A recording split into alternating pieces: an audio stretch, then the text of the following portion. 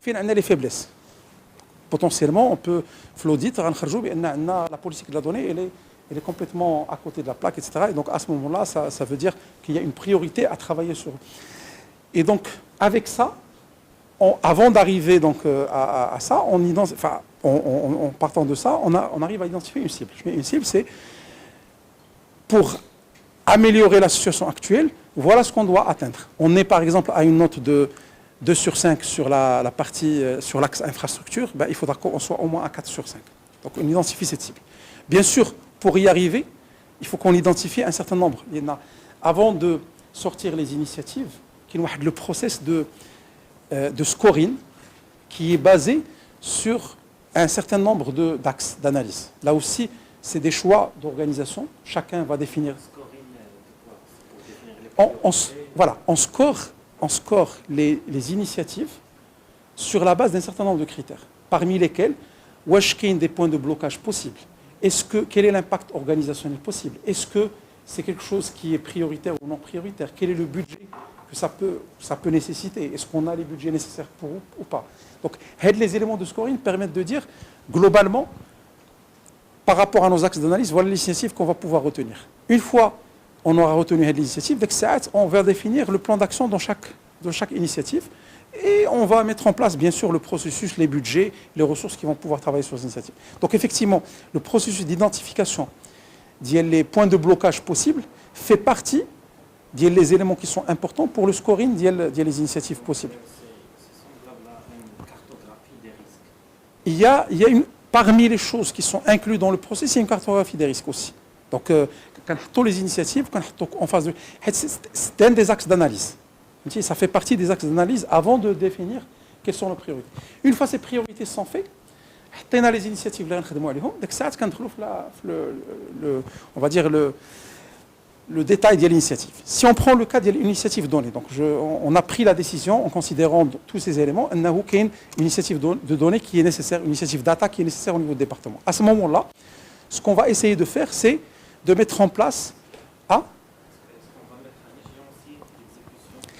Alors, avant de faire l'échéance d'exécution, aujourd'hui, quelle est donc la même façon qu'on a fait pour l'exercice plus large, on va identifier et cartographier quelles sont les données dont on dispose. Quelles sont les données dont on ne dispose pas, mais qu'on pourra avoir à travers des partenariats ou à travers des partenaires. Troisièmement, quelles sont les données dont on ne dispose pas, mais qui font partie de la place publique. Et une fois que le travail est fait, donc on a audité qu'est-ce qu'on a comme données, donc on va commencer à construire notre stratégie de données en mettant en place tout ce qu'on vient de voir, c'est-à-dire un système de pilotage, un système opérationnel qui va permettre de gérer l'infrastructure de données et un système de qualité qui va permettre de suivre l'évolution de la qualité de la donnée dans le temps.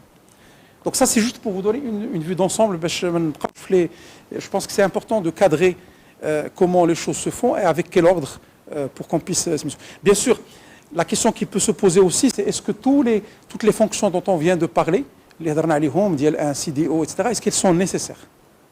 La réalité, c'est que ce n'est pas nécessaire que ces fonctions soient séparées. Par contre, c'est nécessaire qu'il y ait des gens qui aient ces responsabilités. Le CDO peut être le directeur SI, peut être un responsable qualité sous la direction SI, peut être...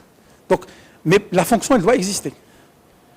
La fonction elle-même, elle doit exister. Après, elle peut être exercée. On peut avoir deux fonctions qui sont exercées par une même personne, ou que la fonction doit exister. La stratégie, il faut que quelqu'un la pilote. Donc, une stratégie. Qui va s'assurer que cette stratégie va être exécutée? Qui va s'assurer que demain, les données qu'on a capturées sont de bonne qualité et qu'ils vont être conformes à ce qu'on avait défini comme stratégie initiale. Donc, c'est pour ça que les fonctions, même s'ils n'existent pas de manière séparée, ils doivent exister, ne serait-ce que sur un plan fonctionnel. Ça, en fait, d'abord, peut-être il est temps de la transformation digitale.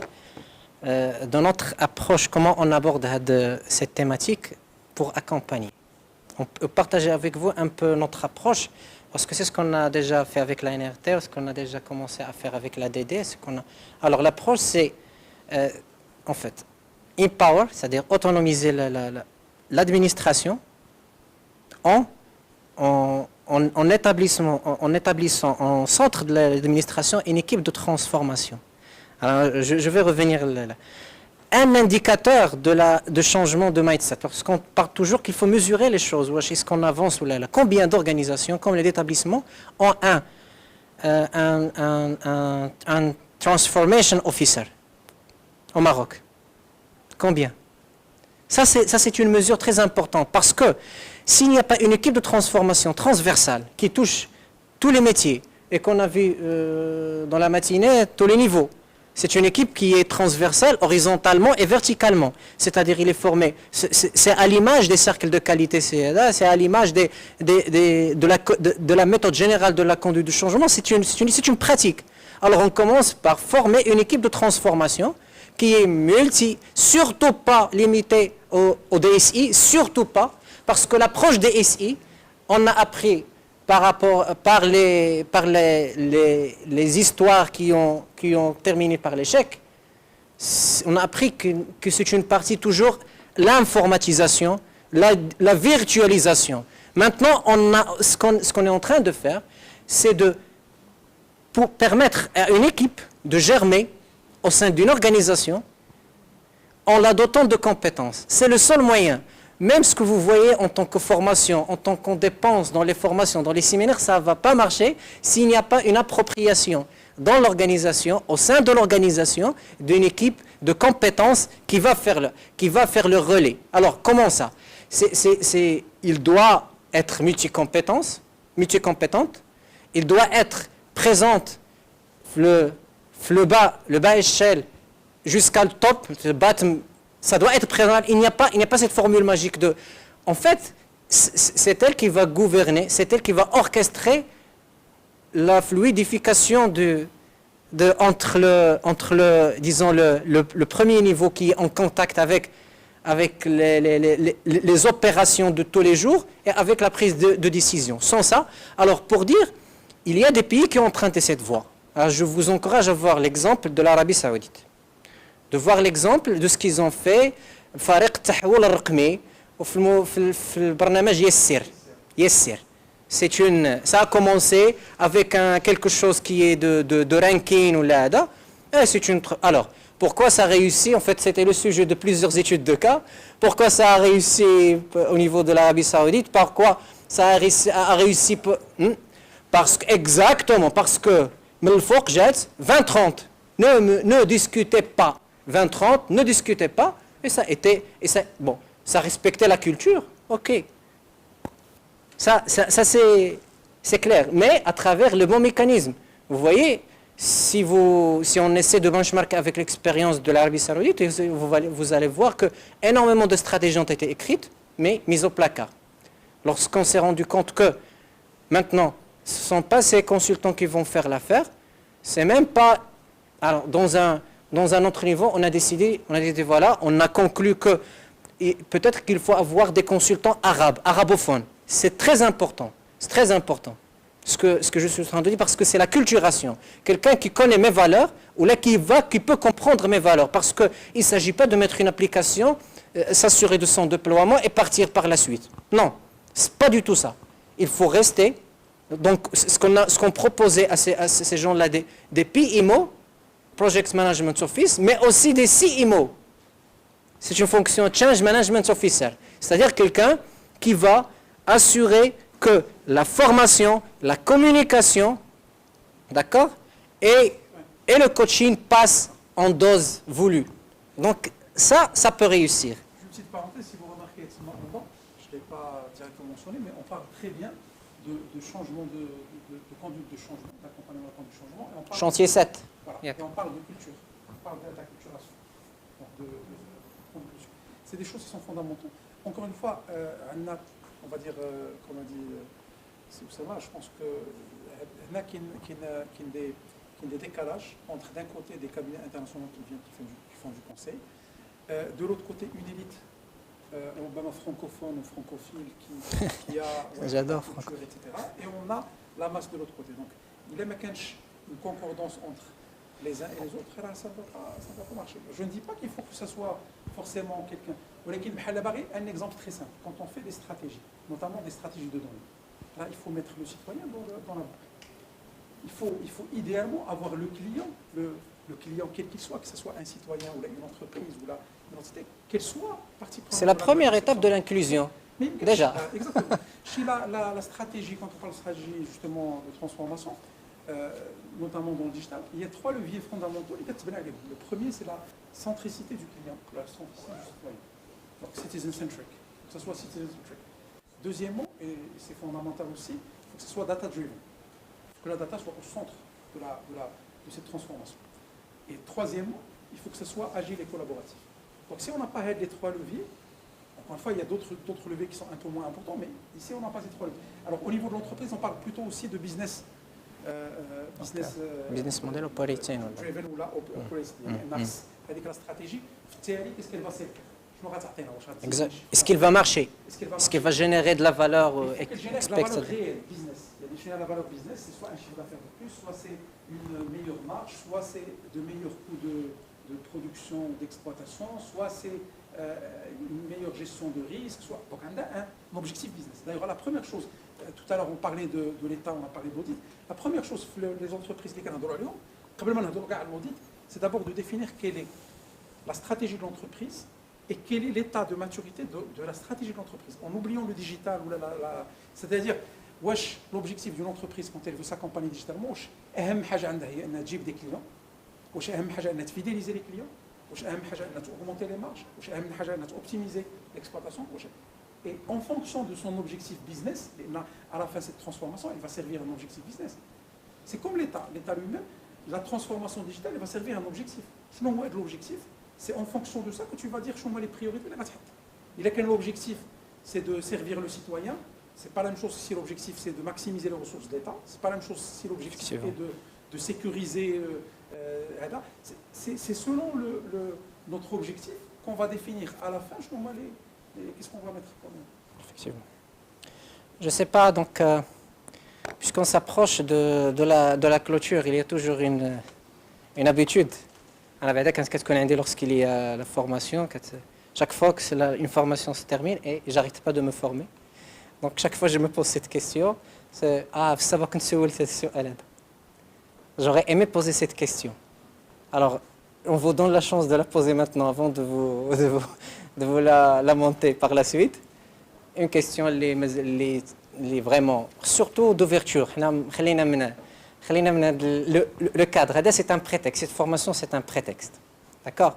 C'est un prétexte. On a eu l'occasion, disons, et le plaisir de nous exposer à vous, de nous ouvrir à vous, d'échanger sur plusieurs thématiques et de dire que ce ne sont que des débuts d'échange, parce que l'échange effectif, la quête cadre, ou les workshops effectifs, parce que même avec Covid ou ça n'a pas permis vraiment un travail de workshop réel. Il y a une grande partie, ce qui est possible de faire, c'est dans la pratique, c'est-à-dire comment exploiter au niveau personnel, au niveau organisationnel, comment mettre en place des systèmes, disons, de veille et de collecte d'informations qui est utile. On a vu tout à l'heure, on n'a pas cessé de dire que si ton voisin fait sphère, disons, l'infosphère qu'on a décrit tout à l'heure, si ton voisin, en tant que département, établissement, refuse de te donner l'information, il y a d'autres moyens de l'avoir. Faire de l'infosphère, parce qu'il est obligé de la donner à un autre établissement. On peut aller faire de le niveau HADA, où il y a toute une discipline, ce qu'on appelle le OSINT, Open Search Intelligence, mais il faut 5 jours, 7 jours, ou 3 jours. On fait des tests sur place. Je lance le défi d'un sujet politique chez les îles Maldives, le maximum d'informations pour prendre la décision. Ça, c'est savoir exploiter l'open data au sens général. Ça, c'est une piste d'amélioration personnelle et la zone de confort, sans pouvoir autant avoir besoin pour le statu quo. Alors, au niveau étatique, au niveau requirement, ce qu'il faut. On ne peut pas s'en passer. On peut s'y préparer parce que ça a toujours été dit depuis 2011, on frappe à la porte. 2010, 2009, on répète ça, les instances internationales, ça va venir un jour. La question, est-ce que, lorsque ça atterrira pour moi, pour vous, est-ce qu'on est prêt? Et cette préparation, ça consiste en quoi? Déjà au niveau personnel, est-ce que je suis prêt? Ma transformation digitale. Comment je peux exploiter les opportunités qui peuvent s'offrir à moi par la suite? Vous n'êtes pas un grain de sable dans la mouvance ou non. Il ne faut pas s'oublier. Vous êtes la pierre angulaire. Il faut se poser la question. Et le digital, comment je peux profiter de ce digital pour améliorer ma qualité de vie? À la zone de confort, la zone de manœuvre, la marge de manœuvre que j'ai. Il y a des questions vraies. Ou pour chaque question, pour chaque bonne question, il y a une réponse qui peut améliorer votre vie. Et votre comme exemple. Est-ce que des trucs, il y a le workplace d'Yali. Est-ce que je suis digital dans le workplace d'Yali?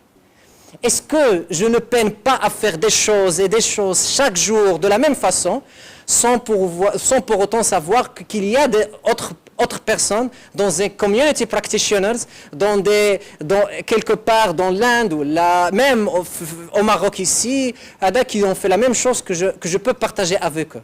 Est-ce que je peux améliorer ma performance? Est-ce que je peux libérer du temps pour ma vie privée? Voilà. Mais l'homme, ça fait rêver. Oui, sinon on va attendre une décision qui va venir un jour. Mais oui. Chauffe tout ce qui est les formations, la transformation digitale ou digital leadership, les formations, la partie humaine, votre partie, en tant que moi, c'est très intéressant. Vous exploitez Kamlin. Je pose des questions banales. Vous exploitez le workplace اللي عندكم. شحال on exploite le smartphone اللي كاين. On exploite l'Office 365 اللي مفارسين فيه ما عرفتش شحال الفلوس. Combien؟ ما كنديروا لا درايف، ما كنديروا لا كلاود، ما كنديروا لا تيم، ما نديروا الوورد et on se sert de Word pour se lamenter la majorité du temps. C'est le Word pour faire un rapport, je veux dire des choses réelles, pour faire un rapport de 46 pages, خصنا شحال من جيجا اوكتيك عرفتي علاش لي فيرسيون 99000 فيرسيون غير اللي دار نمشى فيرسيون اش كاد سوفغاردي وإلا جاك شي نهار وكنتي عيان و tu as raté d'enregistrer وغتعاود الخدمه من جديد. Quel digital et quelle transformation digitale راني غادي فيها et je dis bien انني je la porte à ma division à وانا براسي ماشي ديجيتال. راسي ce sont des questions راه خصنا حنا نترباو باش نكونوا زعما دونك هذا سي ان نيفو. لوتر نيفو ان تقول لي ديجيتال نهضر عليه. لوتر نيفو بيرسونيل je suis digital et je suis au courant de rien de ce qui se passe dans le monde. Je sais pas انا الا عطاوني شي حاجه لاحظوا l'information que vous cherchez elle est plus fiable que l'information qu'on vous bombarde avec. ياك انت سيبلي جاتك الطف الحمد لله ما كنتحرك ميم با لاباريس كولتوريل ميم با داناليزي كنشوفها جاناليز ميم با غير العنوان. في الاول كنا كنقراو لي تخوالين دابا غير ليماج. بعد المره يجيب لك شي ايماج ما عرف ديالاش بعد المره مشى يقول لك راه الصحراء داوها كاع. هادشي اللي وقع دابا ils peuvent faire ce qu'ils veulent parce que la rumeur fait est-ce qu'on analyse est-ce qu'on lit est-ce qu'on fait des lectures. Je reviens à هاد لونوان الا ما كانش هاد لو بوين مي با ديجيتال خصنا حنا اللي غادي نابورتيو. سي بور سا سي بور دي بعدا جو كومونس انا في لا زون دو كونفور ديالي داكور بلي مويان كاينين دي مويان تقريبا 99 قلت هذيك النهار 99% ديال ديزون لا بيبليوتيك اللي فري واللي ماشي فري نجيبوه راك عارف il y a toujours des moyens d'avoir des trucs for free. il y a toujours des moyens لان ما يمكنش ما تصورش هادشي فين ديفلوبا ما تصورش لي بلاتفورم فين كاينين. à chaque moment كيتزادوا دي مليون دو كود. à chaque moment كيتحط دي دوكيومون فور فري partout dans le monde. à chaque moment il y a un deep web, il y a un dark web qui est dark pour les autres peut-être. La couleur change de la perception.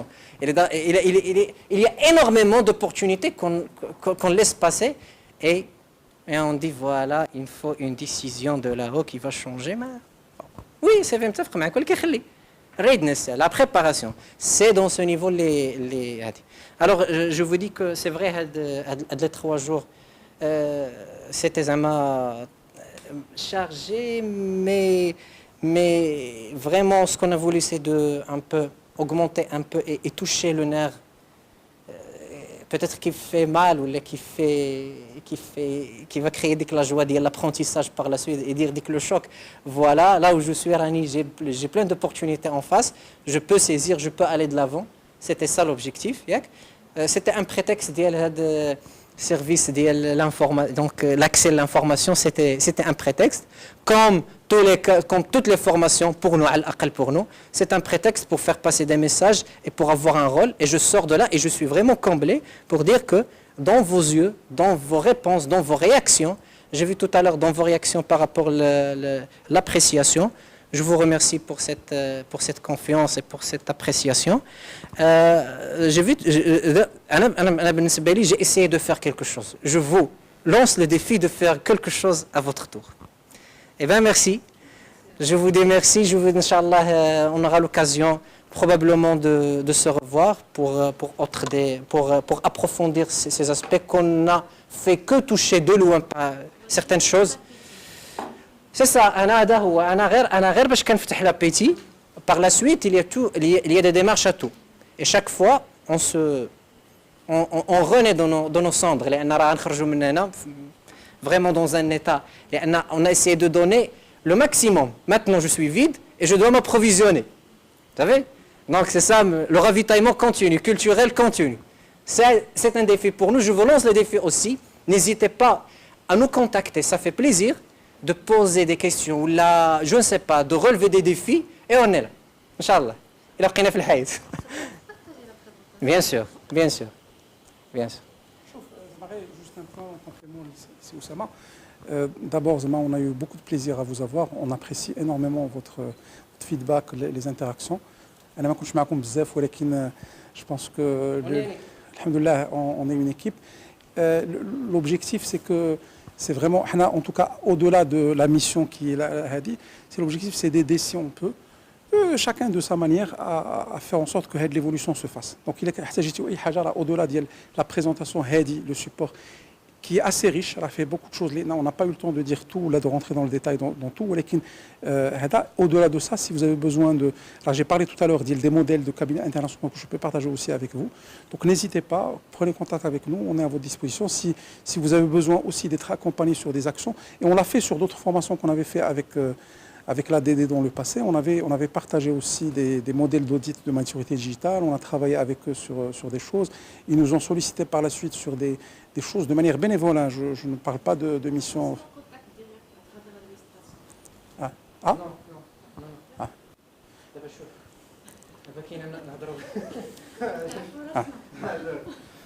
On déteste la culture d'hier, on fait le perroquet ici, vous pouvez nous contacter, on n'a pas besoin de dire ça. Si vous avez besoin de quelque chose, point. Deuxième, la culture de partage on a partage, le vrai partage. Alors, Kain Zouhir, ici présent, Kain Oussama Abdaï, Kain Simouhsin, Kain Mourad, vous pouvez contacter les personnes et là, vous pouvez contacter Technology Leadership Media Institute. D'accord? C'est bon? Je pense qu'on est suffisamment clair là-dessus. Mais de dire ça par on travaille, on est aussi des scientifiques. Alors je crois que le plaisir il est partagé et le win-win il est là. Vous enrichissez mon expérience, la même chose je pense à ces vous enrichissez mon expérience, je m'alimente, je m'actualise et je me renie. Ça marche?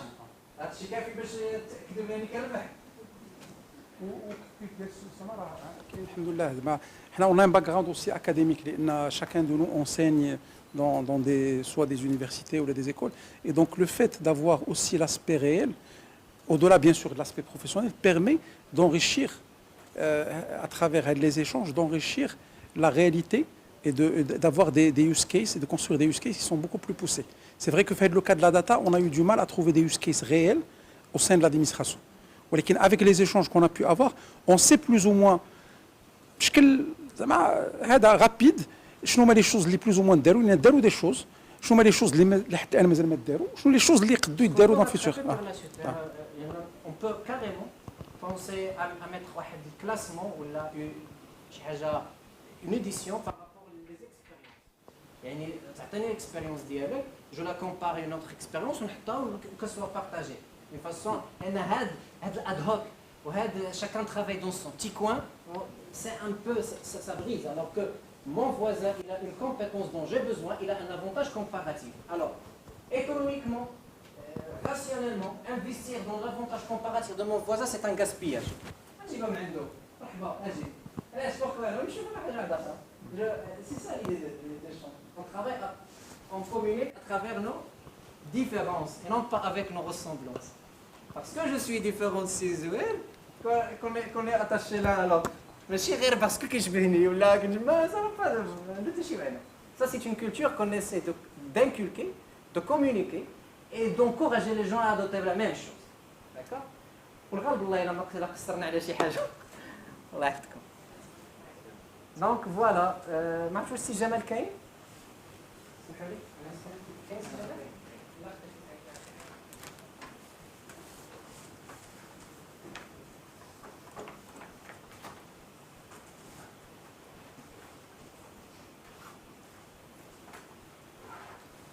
Mr. Jamal, please.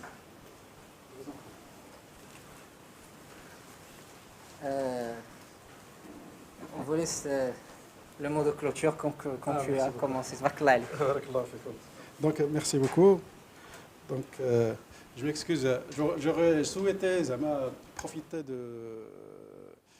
de cette action de formation pour échanger et interagir avec les participants. Comme vous le savez, en parallèle, on organise une compétition, une très grande compétition qu'on a baptisée Idaraton 2020. C'est une sorte de compétition innovante, style hackathon, au profit des administrations, vos collègues dans les administrations bénéficiaires, et qui sera clôturée la semaine prochaine. Donc, on est un peu mobilisé par merci beaucoup. Donc, voilà. Donc, mais le deuxième groupe, Inch'Allah, je serai plus présent. Donc, peut-être, il y en a, le premier jour, je me suis présenté, mais je vois qu'il y a des personnes. Donc, je me présente, Jamal Oshka, je suis le responsable du projet, du programme Itemkin au niveau de Enabel. Donc, je voudrais remercier le cabinet TLMI en la personne d'Yassi Osama, remercier ses Zouher et ses Mohsin pour la formation. Mes collègues et moi-même, on a remarqué que la formation s'est déroulée dans un niveau très grand niveau. Ça, on le savait, bien sûr, on est des partenaires. Mais le défi de revenir au présentiel, on a eu quand même quelques craintes. Je pense que ouais, c'est nécessaire. Bon, on va, même ça, c'est préconisé pour les prochaines formations. On va adopter un format hybride, combinant à la fois le présentiel et le distanciel. C'est la tendance. Voilà, donc, mais on ne peut pas remplacer le contact humain, l'élément humain, l'échange. C'est ça qui fait la richesse des formations. D'autant plus que le groupe il est interdisciplinaire et il vient de différents départements. Ça permet d'échanger aussi les expériences. Au-delà des apports théoriques et des cas pratiques, l'échange aussi d'expériences et des retours d'expérience de chacun et de chacune est très important. Donc voilà, donc je vous remercie pour votre participation, pour votre présence, pour votre participation active. J'ai discuté avec ce Osama, on va capitaliser aussi sur cette expérience, sur cette action de formation, pour créer vraiment une communauté de, comme on parle maintenant dans le cadre de Idaraton, des communautés des Idaratoniens, ça va venir, aussi pour les actions de formation. Ça aussi, c'est un de nos objectifs. C'est vraiment une communauté de transformers. Voilà. Vraiment, oui, on est en train de réfléchir, de créer une plateforme même tous les participants qui ont participé aux formations Itemkin, de les garder en contact, même au-delà de la durée du programme. Voilà, donc comme j'ai dit, je vous souhaite bon courage et on espère que la formation a satisfait à vos attentes, tout en sachant que l'objectif de cette formation, c'était surtout juste une première action pour se pencher sur la question de la gestion des données, sur la base aussi de vos recommandations. Donc je pense que le formulaire d'évaluation à chaud a été, je sais que ça a été distribué, que ça a été renseigné par vous tous. C'est important pour nous aussi, pour les prochaines actions de formation, améliorer notre façon de faire. Par les recommandations et les suggestions que vous avez exprimées, bien sûr, approfondir certains axes. Comme j'ai dit le premier jour, on a élaboré ce plan prioritaire en réponse à ce contexte de crise, mais les vrais plans de renforcement de compétences, on va commencer à les mettre en œuvre à partir du premier trimestre de 2021, Inch'Allah. Et là, on espère que la situation sera plus propice à plusieurs actions. Comme j'ai dit, approfondir certains axes que vous jugez pertinents. Je suis tout à fait d'accord, mais pour aussi clairement aller dans votre sens, c'est tout à fait difficile de construire dans le détail. Et encore une fois, il y a de la formation, il y a les workshops, il y a un certain nombre de niveaux d'expertise qui vont dépendre aussi de l'audience. Et c'est pour ça que l'ingénierie de formation est un préalable. Donc c'est vrai qu'aujourd'hui, c'est des actions urgentes dont l'objectif, c'est d'être le plus généraliste possible en répondant à des besoins fondamentaux de plus d'acculturation et d'accompagnement que des besoins réellement d'information et de connaissance. L'information et la connaissance, je pense qu'elle peut suivre de manière beaucoup plus structurée en fonction des cibles à travers l'ingénierie de formation qui aura certainement un... Exactement. Merci beaucoup. Donc, je vous remercie d'appuyer ce constat-là et aussi pour vous dire donc aussi les plans de renforcement de compétences, parce que c'est important d'organiser des formations pour des gens, pour la formation avec les pairs aussi, c'est important, mais pour vous dire, les plans de renforcement de compétences vont cibler à la fois le niveau stratégique, on va organiser quand même des formations pour le niveau stratégique et pour le niveau opérationnel, et aussi le niveau local. Donc ça aussi, il faut le niveau central et le niveau local. On va essayer d'aller un peu plus vers... Et il le faut.